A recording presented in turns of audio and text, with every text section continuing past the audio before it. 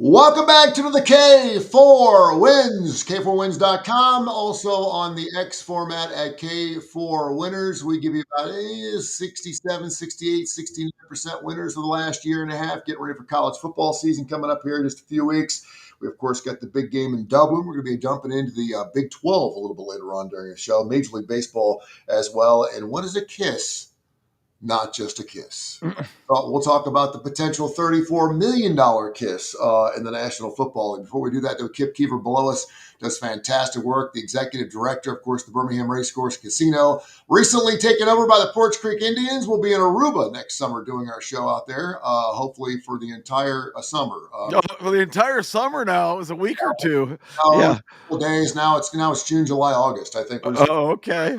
well, Aruba is not a place where you should go for like 3 or 4 days. It really takes some time to get to know the place. Okay. Well, that's duly noted. I'll never forget when they have a wonderful. They have several wonderful nude beaches down there, and I was down there with my wife on our second. I surprised her with a second honeymoon on our third anniversary, and went down there, and I had absolutely no problem with her going topless if that's what she wanted to do. And I said, because I wanted to go totally naked, and I said, is there a problem with me going bottomless? And he looked at me, he said, there's a problem with you going bottomless. She can do whatever she wants. And I said, okay.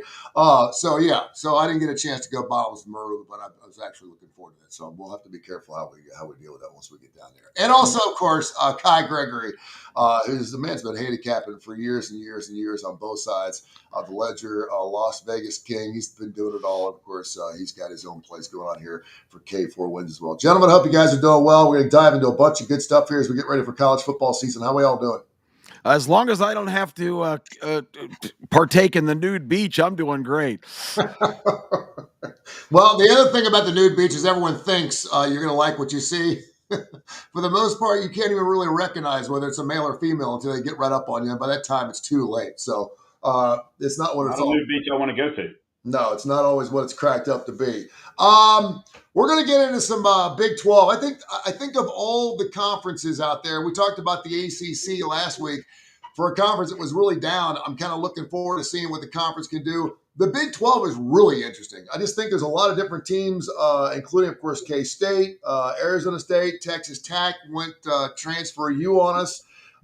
Utah, I think there's another team that I think could be really good and no one's talking about, that being TCU. We'll talk about that coming up. But it should be really interesting to look at the Big 12. Kip, we did a show back in the old days of terrestrial radio, and I never forget it. I remember we compared the Big 12 to the SEC. We went team by team to see who is the stronger conference. And that about that time was when the SEC kind of went off in their own way. The Big 12 just fell apart. But the Big 12 may have something to say about the 12 playoff spots this year. I have a feeling. Well, the Big 12, of course, surrendered Texas and Oklahoma. That kind of changed the dynamic because no matter what your feelings are about those two programs, for them to shift to the SEC, you can have this great reorganization. And what the Big 12 did in reaction, of course, was to basically gather up all the teams from all over the country. So there's no geographic integrity in the Big 12. They have schools ranging from Orlando, Florida, all the way out to Provo, Utah, and everywhere in between. So it's kind of a chaotic situation. There's really the funny thing about the Big 12 is it is a decent league because it is recognizable kind of name brands in the conference. But still until they develop, and I think I really want to see Arizona State because I believe they were an aberration. We're playing really well at the end of the year. There are a couple of superstar players really stepped up, but I'm not ready to declare Arizona State a marquee team. So I think this is still a conference. Utah was going into the season the closest thing that looked like a team that might be on that level that you could put them as an actual contender for college football playoff glory. But Utah had a terrible year and really fell off with their quarterback Cam Rising surprising being unavailable most of the season. So I just think this is a league with a lot of decent teams, but no really top notch teams, and that's why it's kind of intriguing because I have no idea who's going to emerge from this scrum of teams and be there even representatives in the college football playoff, if or maybe just representative like it was last year with Arizona State. You talk about those teams that the Big 12 went out there and stole. Of course, they went and got the independent BYU, which is part of that, which again is just kind of a weird mix up there. You also take about Arizona State, a team that we talked about last week briefly, picked last in the Big 12. And what do? They end up going all the way to conference championship. And now everyone's expecting them under Kenny Dillingham to have another fantastic year. We'll see what happens. Sam Leavitt, I like that quarterback out there, that scrambler out there. I think he brings some different facets to that running game that we haven't seen with Arizona State in quite some time. And you're right, they did play very, very well towards the end of the season, winning their last 5 games. Another team I think is going to be really interesting, and this will be the first game of the year coming up August 23rd in Dublin, Ireland. Not sure why it's Iowa State and K-State.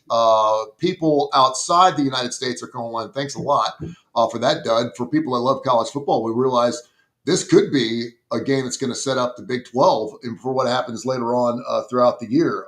Avery Johnson, the quarterback at Kansas City, had a great season last year. They're 9 wins. They averaged 37.4 points per ball game. And, of course, they're also bringing back Dylan Edwards, who averaged 7.4 yards per carry. What's that offense going to look like, K-State? Do you expect them, Kai, to be right there in the mix at the end of the season? I do. I've got to disagree with Kip a little bit there on Arizona State, though. I mean, they lost Scattaboo. I get that. Cam was good. That they did play 5 games. I think they won 5 games by single digits or by 1 score. But I really like what they've got coming back. Keep in mind their last 2 games, including the play game they lost, their leading wide receiver was out, which completely changed everything for Leavitt as their quarterback. I like him. I like what their coach is doing there. I think although there's some pretty good projections for them, I think they could be a surprise team again and get to 10 wins, believe it or not. As far as Kansas State, just count me as a huge fan of Kleeman, the head coach. Count me as a huge fan of Avery Johnson. I know he makes some boneheaded plays from time to time, but I love what he's doing. The running game they've got going there. Kansas State returns about 67% of their net production, including 83% on defense, which has been, one of their staples. They were a little bit lower on the defensive side of the ball last year than I think they will be this year. But K-State loves ball control game, and it keeps them in every game they're playing. I've already put it out there. I love Kansas State in Ireland. I like them -3. I like them on the money line -50. I think even though I am, on Iowa State and their 61% returning production, I really think Kansas State controls that game. I don't think it's going to be a blowout, but I think Kansas State wins, that game by between 4 and 8 points. All right, we're knee deep, Kip. Let's get into it. Let's talk some more Big 12. What are the teams out of the Big 12? If you've been doing some reps throughout the college football offseason here, if you want to call it an offseason, getting ready for the Big 12 season, what are the teams are kind of rearing your eyebrows a little bit, rearing your ears?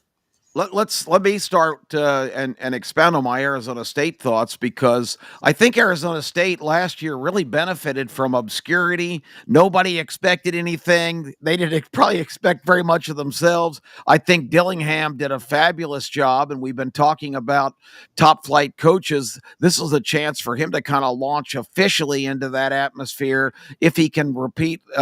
And I don't disagree with Kai in his assessment that they are capable of doing it, but it's a lot different if you have expectations on your shoulders and people are pointing at you as like the favorite in the league, where last year you were picked 18th and last. Now, in some conferences, when you're picked last, it means you're being picked 9th or 10th. They were picked 18th in an 18-team league last year. They're just going to have to show me that they're for real. I do know that they've got a lot of weapons coming back and are capable, but I just think it's a whole different atmosphere when you're a team that's expected to be a contender as opposed to being a team that's nobody's paying attention to. the interesting thing is, it's too bad we don't have our other partner on today, Case Kiefer, who's a proud graduate of Rock Chalk Jayhawk at Lawrence, Kansas, and Kansas University. But probably the most impactful team in the conference last year was also one of its most disappointing. Kansas down the stretch completely wrecked the playoff hopes for BYU and primetime Deion Sanders by just blowing those teams.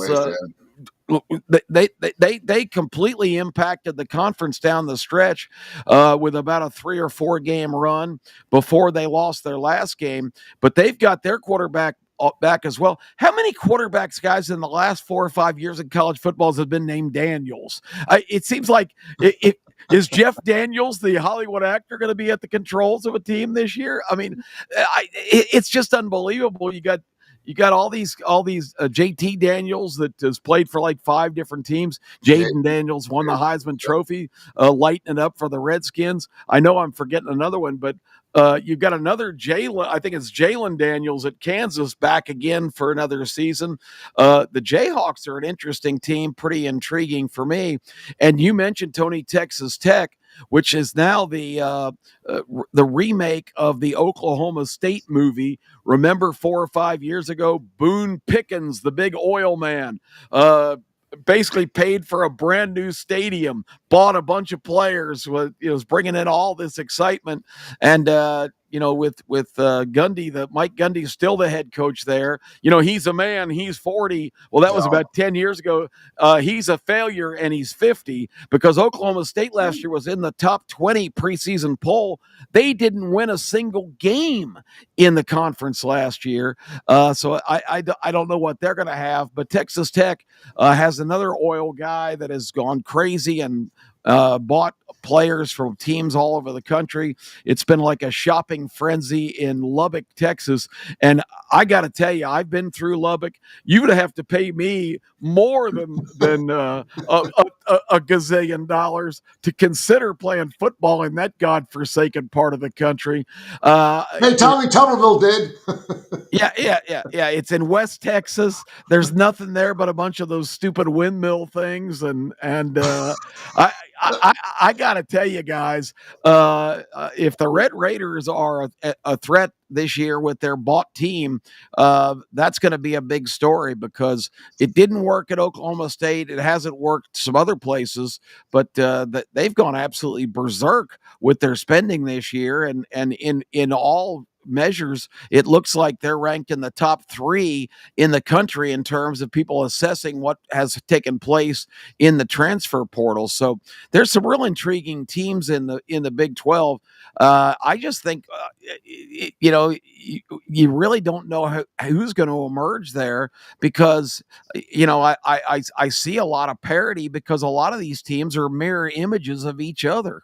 You can spend $20.5 million. We'll see how far they can push the envelope in the Big 12. Yeah, there's one team that no one's talking about out of the Big 12 that I love, and we'll go through it real quick. We mentioned K-State, and obviously Avery Johnson, the quarterback. I think he's really good. They had 9 wins. We mentioned they put about 37 points a ball game up in their wins last season. Dylan Edwards is a running back who was averaging 7.4 yards per carry, and I expect him to come back and have a fantastic year. Arizona State, you mentioned the fact they won their last 5 games. There were some close games. Sammy Leavitt, the scrambler, he's going to be back. Coach Kenny Dillingham, I think, has done a good job there. And really, when you're picked 18th, what do you expect? You just go out there and you say, you lied. Guys, everyone thinks we suck. Let's go out there and play football. And they did. They got it done. Texas Tech is going to be really interesting. They got new players in from Houston, UCLA, Northern Illinois, USC, Miami of Ohio, and Ohio State. They are transfer you, man. If you don't remember the team last year, you're not going to remember anybody from this football team last year. It seems like every single year they go 7-6. Coach Joey McGuire in his 4th year there at Texas Tech. BYU, quarterback you for years and years and years, and they've got 4 different guys who still don't know who you're going to be starting the quarterback for this coming up football season for BYU. So that's going to be kind of haphazard. Kyle Whittingham, I think, is doing a great job at Utah for the short period of time, ranked 121st in turnovers. I remember the Cincinnati Bengals about, I want to say 6 or 7 years ago when they swept the division and no one expected them to do anything, and they were like plus 19 in turnover battles. I hate turnover battles because when you look at the plus side, the ball bounce is weird. And next thing you know, if it's bouncing your way, it's the difference between winning and losing football games. We know what it means when you win the turnover battle, when you don't. It bit Utah in the ass last year. They started 4-0, all of a sudden they just fell apart. And of course, they had 4 different quarterbacks who were all banged up. The one team I'm looking at, though, this year, and tell me if I'm wrong, they won 9 games last year. But Sonny Dykes has done a fantastic job. There's this kid named Josh Hoover, of course, the quarterback. I believe he had 33 touchdowns last year, threw for 3,700 yards. Andy Avalos is back, a defensive coordinator. He, of course, was thrown out there from Boise State, was given several opportunities to become a head coach this year. He decided to stay for his second year, so he's going to be there. They got 9 starters, a total of 18 guys back on both sides of the ball, 9 on offense and 9 on defense. And while the offense certainly, they're saying Josh Hoover is the next Andy Dalton. Now, I don't know what that says. You Cincinnati Bengals fans could probably say, wait a minute, Andy Dalton, hey, listen, he took the Cincinnati Bengals to playoff games. The fiery redhead got it done a little bit. But really, remember some of the numbers Andy Dalton put up at TCU? I mean, shit, it was unbelievable. He set records there in the Big 12. So I really like TCU to have something said. And you look at their schedule, it's all conference. They're not really, I think they're playing Abilene, Christian. Well, they do have SMU. They do have SMU, but I can't find maybe 1 or 2 losses on this football team. All their tough games are at home. So I think TCU and Josh Hoover is going to have something to be said about whether TCU ends up making the playoffs there, and certainly for a Big 12 championship. Kip, your thoughts? Yeah, Sonny Dykes won Coach of the Year a couple of years ago. That was quite an accomplishment for a team that lost 63-7 in the national championship game. But they've been kind of lousy since. But like you said, they've been rebuilding, and I'm intrigued with their opener. They are the first opponent for new coach of the North Carolina Tar Heels, Bill Belichick. That is going to be a very impactful game on opening night. Opening weekend, I should say. If TCU goes to Chapel Hill and spoils the Bill Belichick and his young partner's aspiring new career as a college football coach, I think Jordan Hudson may drop him right away if they lose that game to the Horned Frogs. Do you think we'd be going to HR if she was in there kissing the players on the head? It could be. You remember Dan Mullen's wife kissed all the players before the game. I don't know if she's going to – he's back. They're not in the Big 12, which we're talking about today, but a lot of people don't realize Dan Mullen is now head coach at UNLV. So he's back, and the kissing bandit is turned loose in Sin City. And we had those top coaches, and we're going to get Kai's top 3 coaches here in a minute. We did ours on the show the last couple of weeks. We have not gotten Kai's. The really interesting thing is you look at some of these top active coaches. Dan Mullen's like in the top 10 in some of these. It's based on what he's done in the past, what he's expected to do in the future. Dan Mullen, there's a guy that you just and I always liked Dan. I always thought he was a football player's coach. He had the giant head. He just looked like a football kind of guy. I've got a chance to meet him several times at SC Media Days and was always a sweetheart, always a super nice guy. But Dan Mullen, out there at UNLV. Your top 3 coaches, and again, Kip, give me your top 3 coaches you had. These are active coaches for the college football season coming up. You and I did a little differently. We took 2 coaches that are kind of like no-brainers, and then we took one off the board. But who are your 3? My 3 were Kirby Smart, Lane Kiffin, and Jeff Brom, the coach at Louisville, who I think is a real up-and-coming superstar. I went with Ryan Day. Of course, he's coming up a national championship. I'm going with Dabo Swinney, who I think is going to win the next national championship. And then I went with Jeff Traylor, a guy from the UTSA Roadrunners. And if you're just talking about hiring a guy just for a couple of years, he's already 58 years old. He was a high school coach there in Texas till he was almost in his mid-50s. He got a late start, but he's a really good coach. Kai, who do you have as your top 3 active coaches? And give me something a little different. I know Legend went off the board and said Nick Saban. I mean, we were getting a little crazy there. But give me your 3 active coaches who hopefully are still coaching now. They all are, and they are completely different than anything you guys have said. But I got some thoughts on this Big 12 thing. But my number 3, I've got a tie, and I don't understand why people don't mention this guy more. Because if this guy was at a major college, and he is at a major college, but if he was in the SEC or at a better school than he is, in the Big 12, if he's in a Big 10 school, what could this guy do with talent? because what he's done with not much talent at Utah, Kyle Whittingham, what could he do at an actual major university with his? And I have him tied with somebody that he's not having a good. He's not going to be good at Wisconsin, Luke Fickell, because I just don't think Wisconsin's going to be great anytime soon. But I love what he has done. 76 and 38 overall. He did great at Cincinnati. I got those two tied at third of what I would want. At second, I got Chris Kleeman from K-State. I think the world of him. I love what he did in the FCS before moving up. I just think he's a great up and coming coach. I mean, he's not up and coming. It's not like he's 30, but I like him. And then number one, as much as it pains me because he wears the wrong shade of orange, and I got Steve Sarkisian. I just like what he has done, and it's too soon to say, is he top of the mountain? Don't get me wrong. I'm not saying he's one of the greatest coaches in the history of the world. But if we're talking about starting a program, development, and what I think they can do, obviously at Texas, they're just buying talent left and right. But I think he's done some great things, and I just like the way he coaches.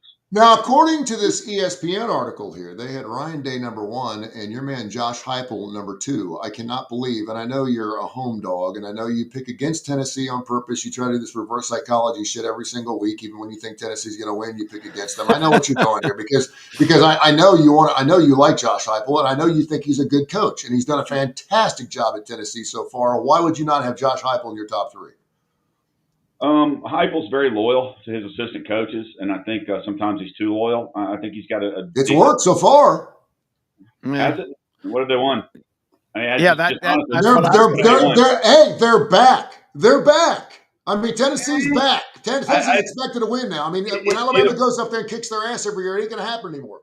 Well, I mean, if they're back and they hadn't beat Georgia, since 2016 on a Hail Mary. Now, everybody talks about that, and they go back to 2016 and go, it was a Hail Mary for Tennessee. They got lucky. Well, it was right after Georgia had a lucky play also where Tennessee's defensive back fell down and Georgia scored with a minute left. So, anyway, I think Tennessee actually dominated that game for the most part. But I digress. So, moving on, which, by the way, that hurt my heart because, I mean, I loved it, but it gave Butch Jones a win. And he is in the top 3 worst coaches ever to coach football, not only at Tennessee but anywhere else.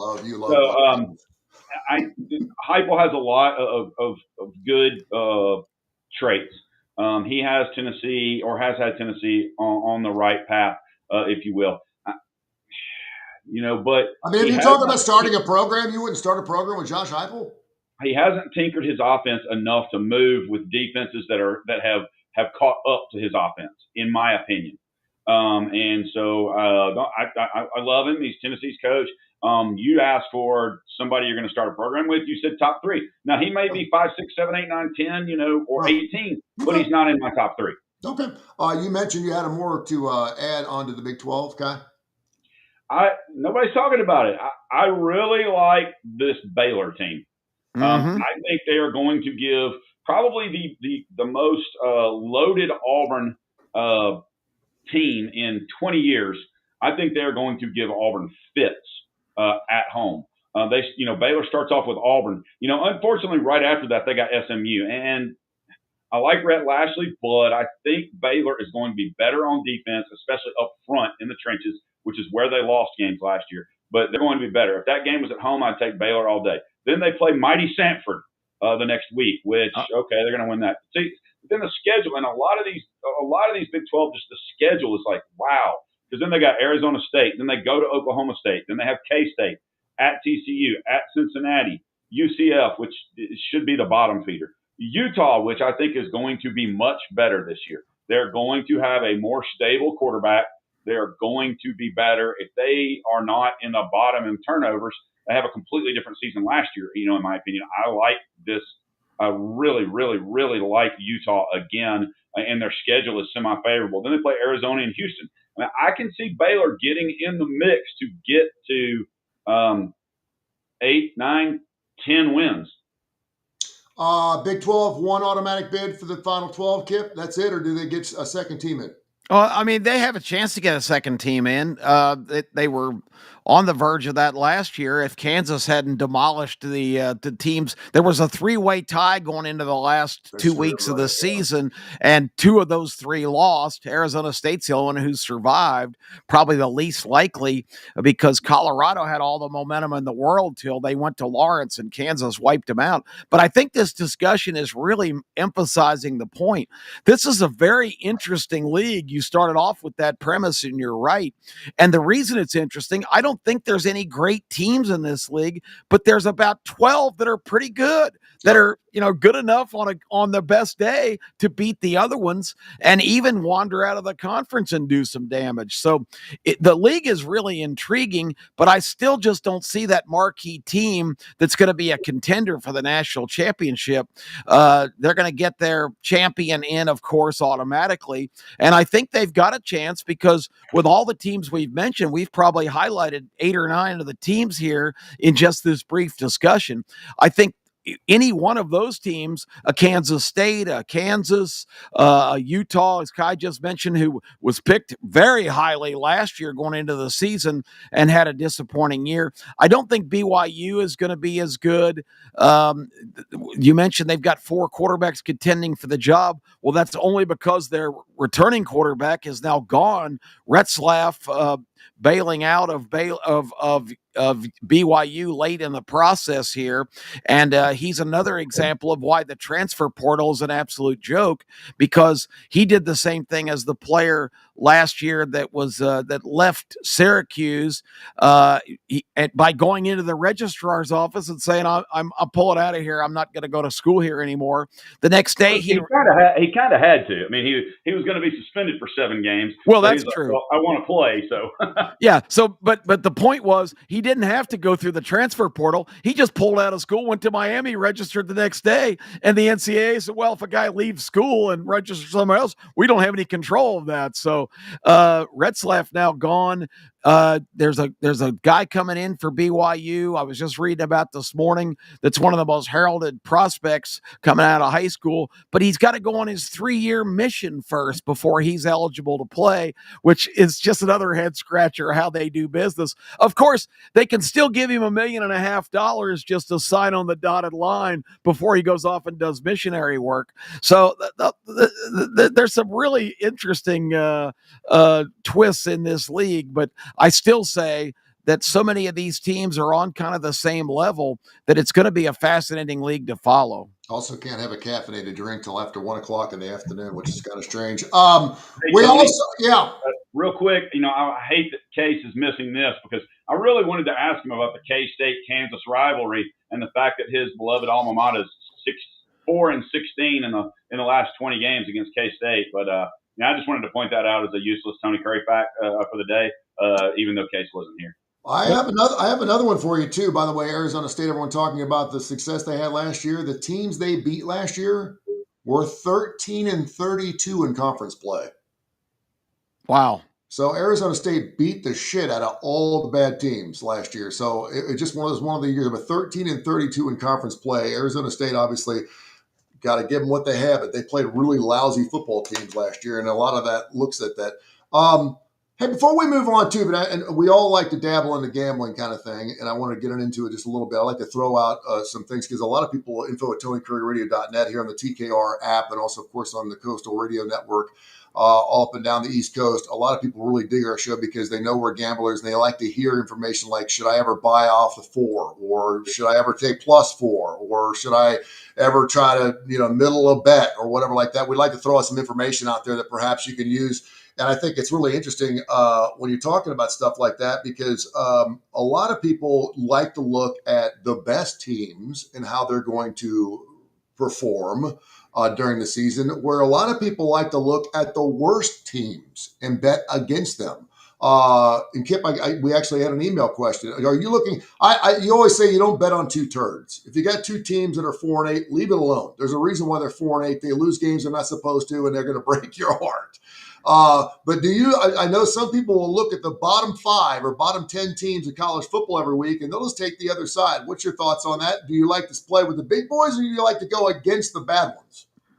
It just depends. I mean, if I wouldn't rule out looking at a game between two teams with bad records, because if you do some research and find out the way teams are losing and who they're losing to, a lot of times the win-loss record is kind of irrelevant.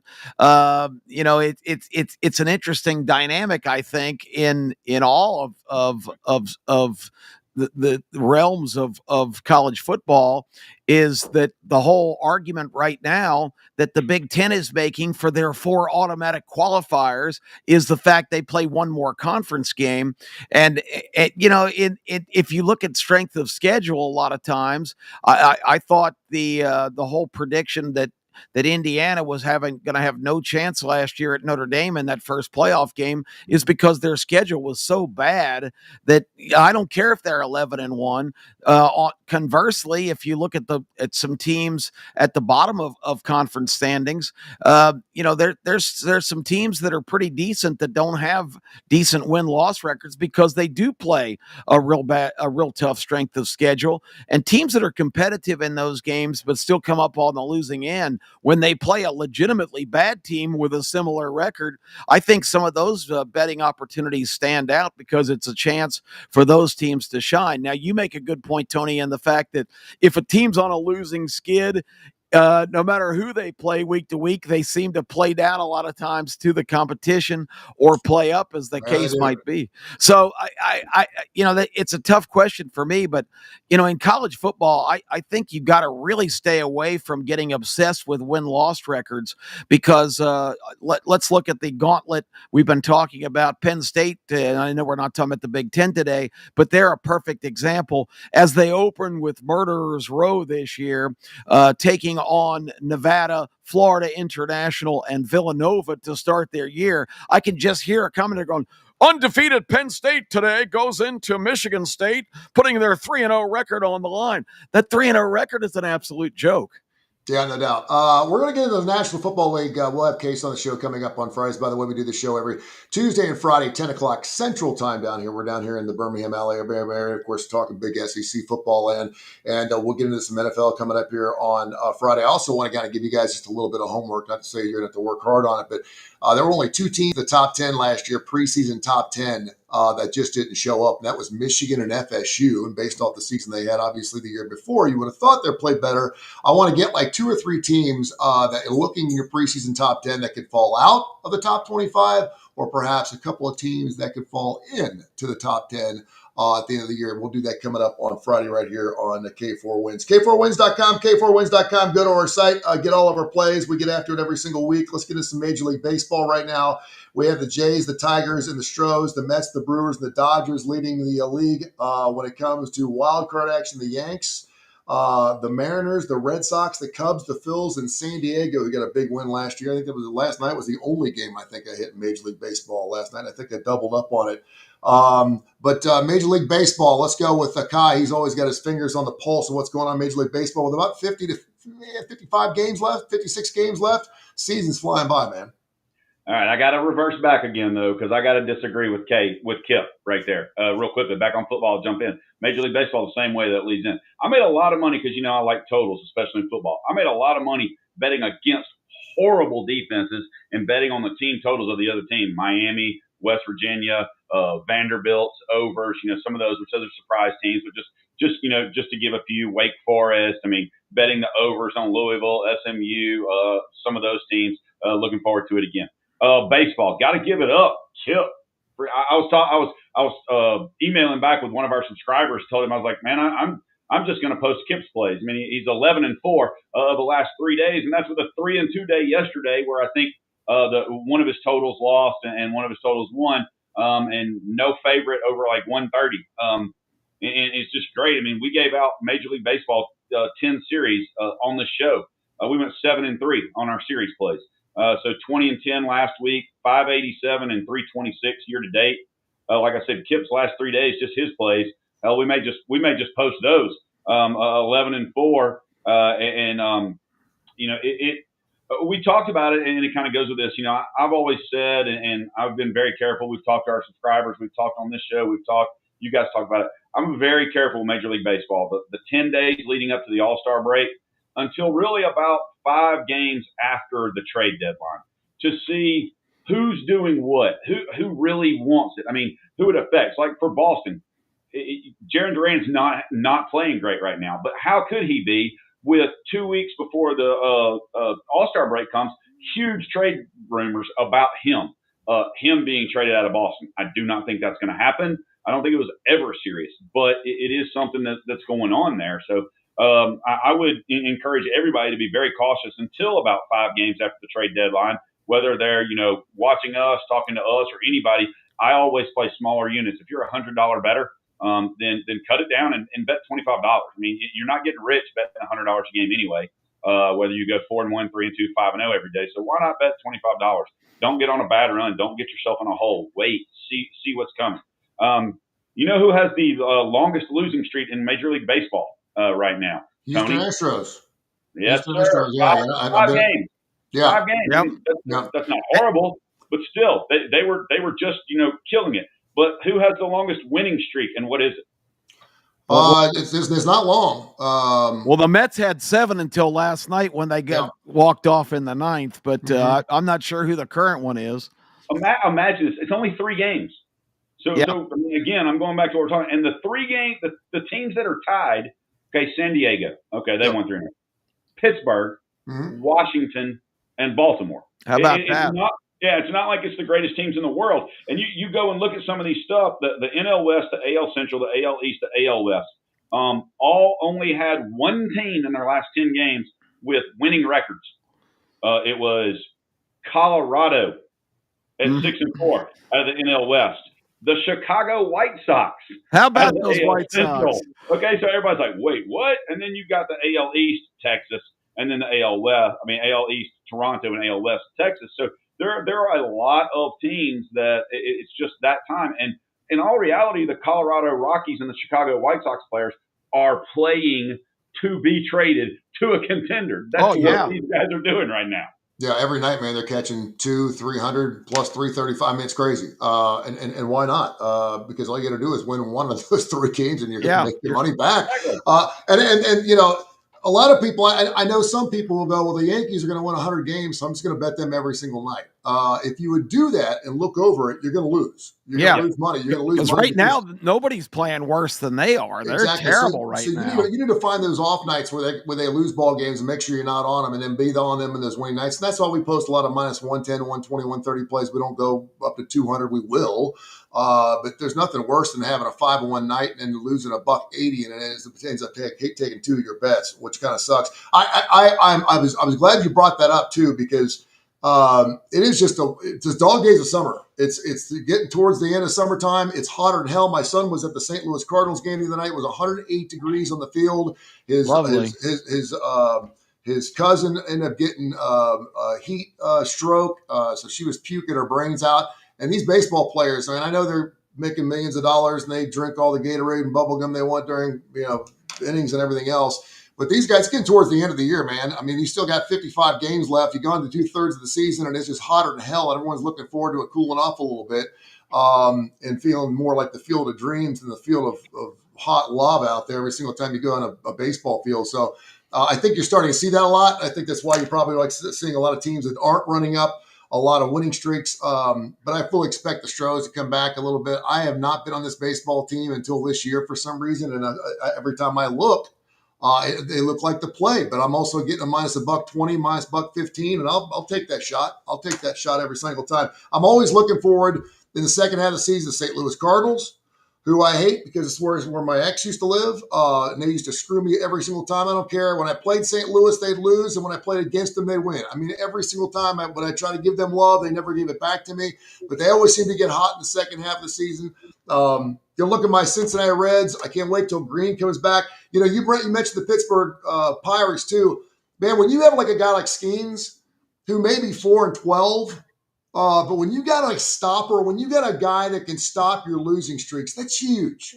That's huge. When you've got just one guy in your rotation who can stop those losing streaks, that's a big time. That's a big time buzz killer for the other side. So when you're losing 2 or 3 games, but you get Skeens every other night, that's a big time play. And right now, the Cincinnati Reds are feeling that. Gosh, if they could just get some bats, man. And a lot of people are saying they're going to go out and find a bat. They need a bat bad. If they could get a bat, that'd be fantastic. I would love that. Atlanta Braves, how your Bravos doing, by the way, real quick, Kip? Well, you see what hat I'm wearing. Yeah. Make the Atlanta Braves great again. I broke this out in 2016. I got it back out just for your guys' entertainment today. They won last night 10-7. It was just an aberrant game. The Royals pitching staff walked 12 Braves in the game. Wow. So a couple of home runs left the building with guys on base that had walked. It was just a garbage game. I liked under the 10.5 last night, 9.5 last night in that game. And even as late as the 8th inning, it was still kind of lurking at 7 and 8. And then the last two at bats for both teams, it just went crazy. But the Royals are not.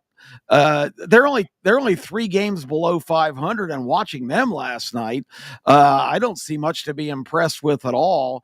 They do have Bobby Witt, who's just a tremendous young player, and some other good cogs. This Garcia kid, who I really didn't know much about, he went like 4 for 5 last night, and he had a hustle double despite the pitch before. I don't know if you guys have seen the video. He starts, like batting around something on his neck. You can see a bee land on him and crawl down into his jersey and was stinging the hell out of him. And the next pitch, he just hit a base hit to right, but he was so pissed off or still running from the bee, he just rounded first and dug into second for a hustle double. So that was the highlight of the game.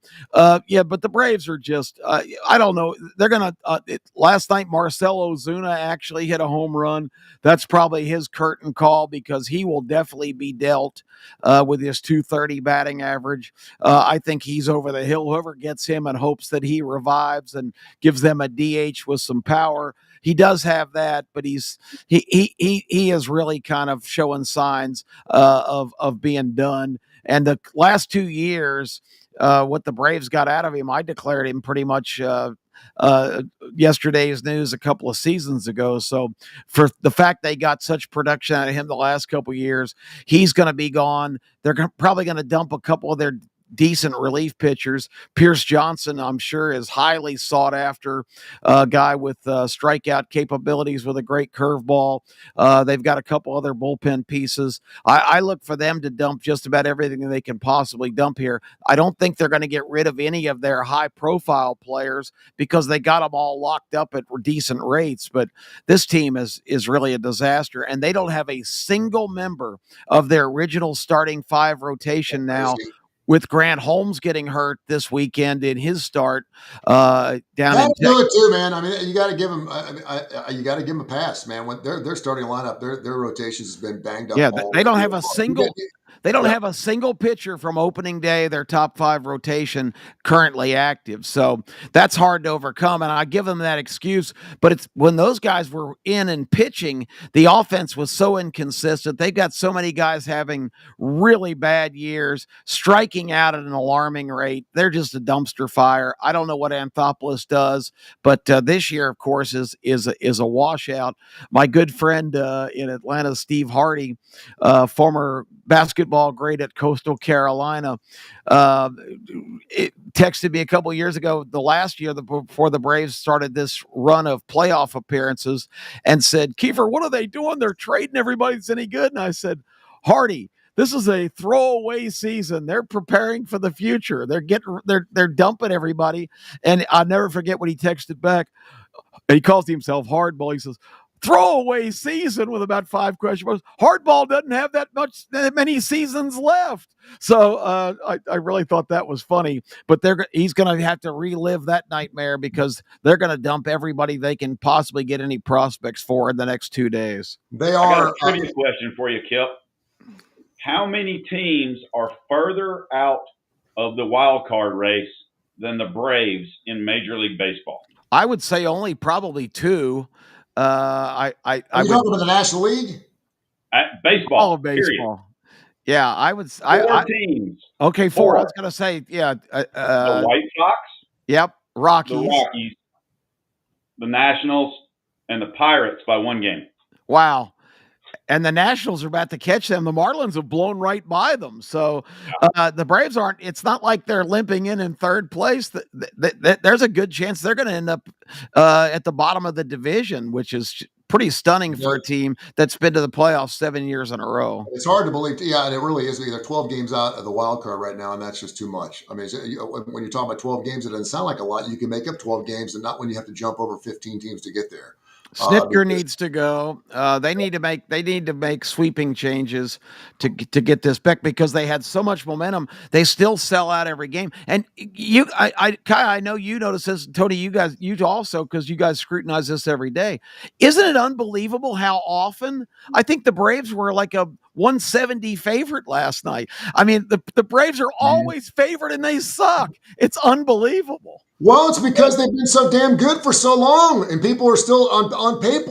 On paper, it still looks like they're a better baseball team than who they're normally playing. I mean, it really is. And on this show, I forget Vegas is not stupid. I mean, just point blank, they know who people are going to bet on, and the Braves. That's true. I mean, it's just like here. Even when Alabama was not good, between like 93 and 2008 here, or 94 and 2008.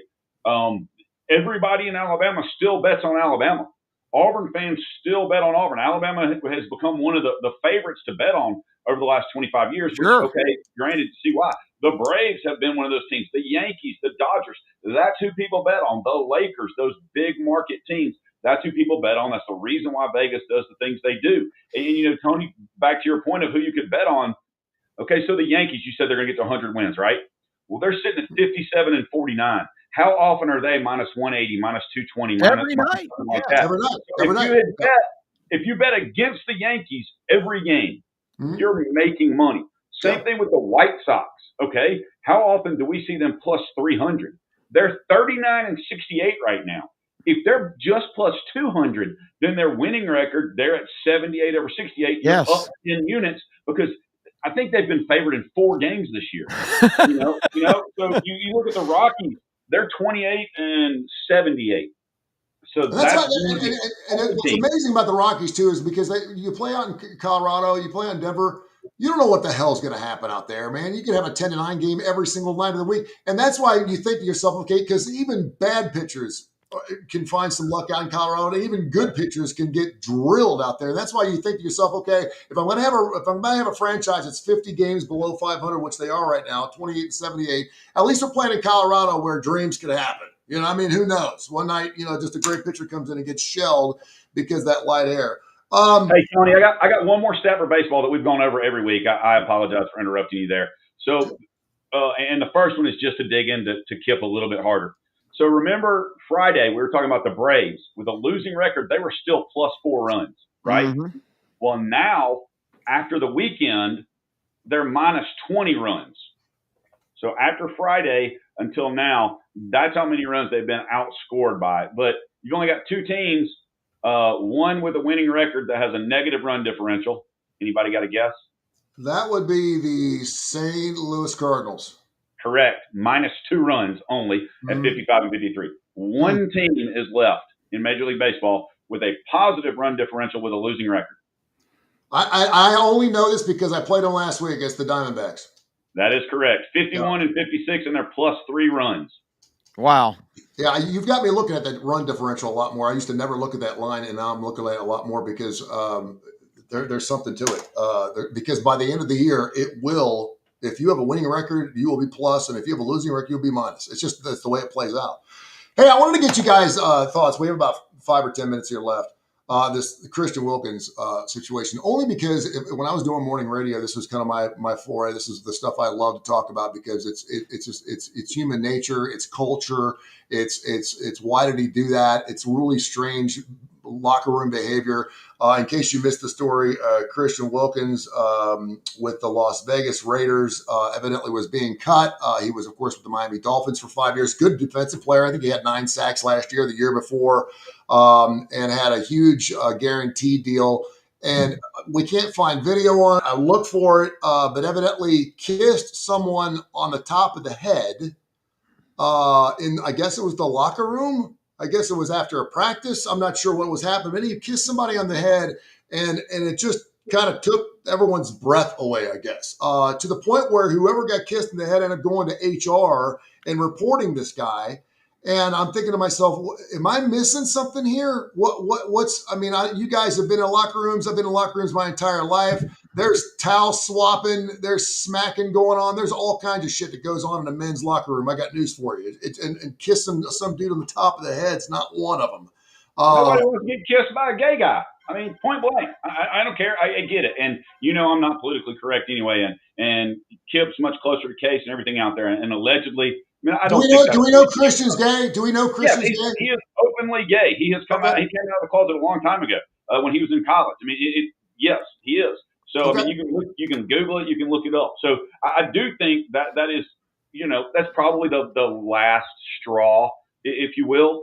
With what was going on with him not rehabbing, not doing all the things that they wanted to do. But, I mean, bottom line, I really don't care who it is. I mean, I don't think it's homophobic for that. And if, somebody wants to cancel me because I'm saying this, okay, so be it. I mean, that's just me. I'm going to be honest.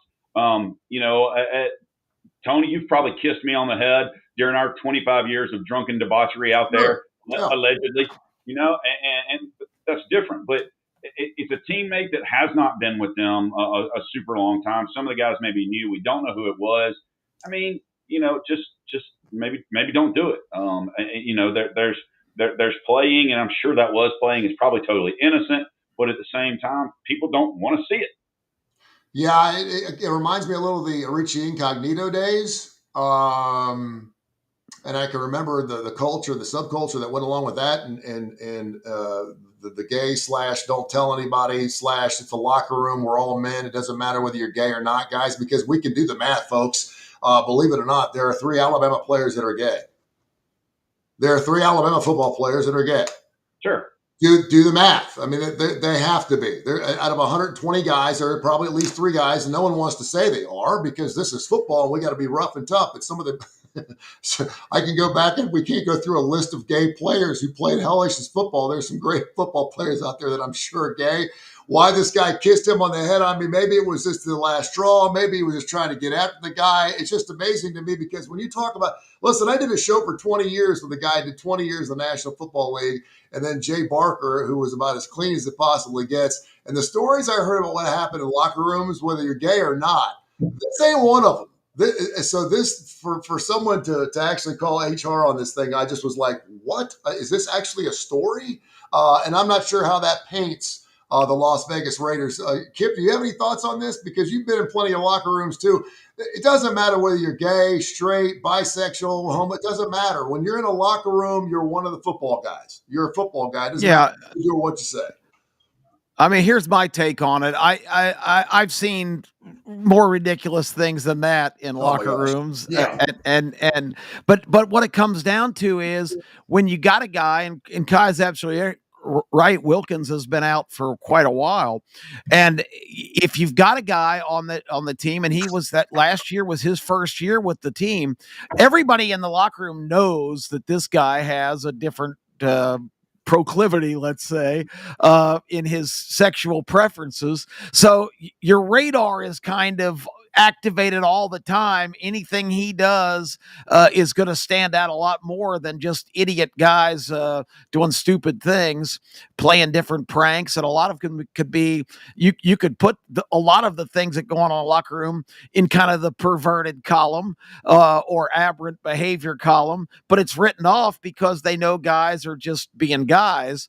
But if a gay guy is in the locker room, they're already kind of on guard. And if he does anything, I don't think this guy even files, whoever the kissee was, I don't think he even files a grievance against Wilkins if he's, doesn't have that label and is not admittedly a gay individual. I think the fact he doesn't have the latitude to just fool around with the guys, unfortunately.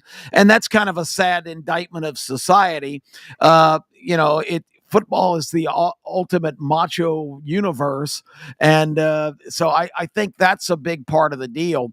But yeah, the Raiders, as I was talking to you guys before the show, have been expressing complete dissatisfaction with the fact that Wilkins, after his surgery, was supposed to start his rehab late last year and has been very slow to adhere to the guidelines and all the requirements that the medical staff and the training staff for the Raiders have been trying to get him to do. And at the end of the day, as sordid as this story is trying to become, it just comes down to what it always comes down to: money. $83 million of his $110 million free agent contract was guaranteed. The Raiders see an opportunity now to charge breach of contract and get out of having to pay that money, and write off a guy that now they are considering a mistake to have signed, because he's not fitting in with the team. He's not playing because of his injury, and he's not working hard to get back. There's even talk that, he's gone to some doctors who are calling for an additional surgery. So that would put him out another year. The Raiders just want out, and I don't think the Kiss scandal has anything to do with it. I think he was a goner no matter what. No, I think you're right. This certainly does not bode well for him for his next football team, because I don't know anyone that wants to bring him on board, homophobic or not. And you're right. There'll be revolts in locker rooms. Let's say your Bengals say, "Hey, we can sign Christian Wilkins," and I guarantee you half the team's going to be in the general manager. We don't want that. We don't want him here. It's still. In football, it's still now. If he's T.J. Watt, kiss me on the head. Bring it on. But he's not. And I think he had 9 sacks last year, the year before. And again, he got an $86 million guaranteed contract. The guy's a great football player, period. And now they're trying to get $34 million of that. By the way, guarantee doesn't mean guaranteed anymore. Evidently, I used to always think guaranteed is you got guaranteed money. It's in the bank.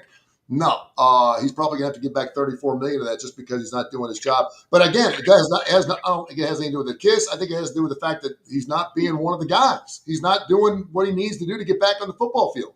And he's sitting and he's probably getting fat, and a lot of people probably don't like that. And I think it's interesting because talk one way, they act one way. And again, I've been in a ton of locker rooms, not as a player, but I've seen it, been there, done that. And all of a sudden, some dude kisses some guy at the top of the head, and it's like, whoa, hey, we can beat our wives and beat our girlfriends up, throw them in elevators and shit. We can do all that now. But a gay guy kissing me on the top of my head in a locker room, that's over the line. That's way over the line. That is like, I'm reporting that to HR right now. I mean, it's like, come on, are you serious? Yeah. I guess you'd have to be the guy who got kissed on top of the head. Maybe the guy who he kissed is also gay. Maybe they're dating. Okay. Yeah, I don't think so. All right. That was no freeze up. That was us going, what the hell is Tony saying? K4Wins.com. Yes, and by the way, I have Kiss Kai and I've Kiss Kip. I think I've given you a hug. My dad, when I used to go to bed at night when I was a little young, a little whippersnapper, my dad would put his hands out like this, and I put my hands in between, and he'd slap my hands. And that's what we did. And I'd give my mom a kiss on the cheek.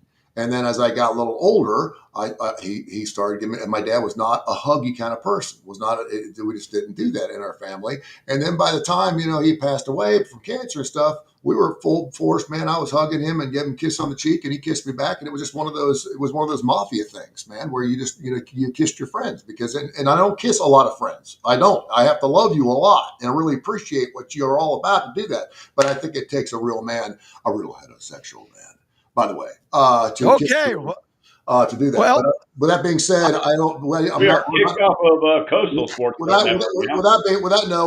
just boosted their numbers. That being said, like they don't have gay people down in Florida. Okay. With that being said, we're not in a locker room, and you guys' heads are a good 15 or 20 miles away from my lips, so we're good to go. All right, we'll get back into it. Coming up on Friday, we're going to talk about some NFL. I want you guys to look at the preseason top 10 Give me 2 to 3 teams you think aren't going to be there at the end of the season, and 2 or 3 teams that aren't there now that you think perhaps could be there at the end of the season. We'll get in that, plus the National Football League, and I believe Case will be back live from Las Vegas Sun. He'll be joining us again 10 o'clock coming up on Friday morning show, 10 o'clock Central. K4Wins.com, K4Wins.com. Check out our website at K4Winners on X. We'll get after it. And special thanks to Pete Shepard, of course, Angel, and the entire Coastal Sports Network. Gentlemen, thank you. Appreciate you.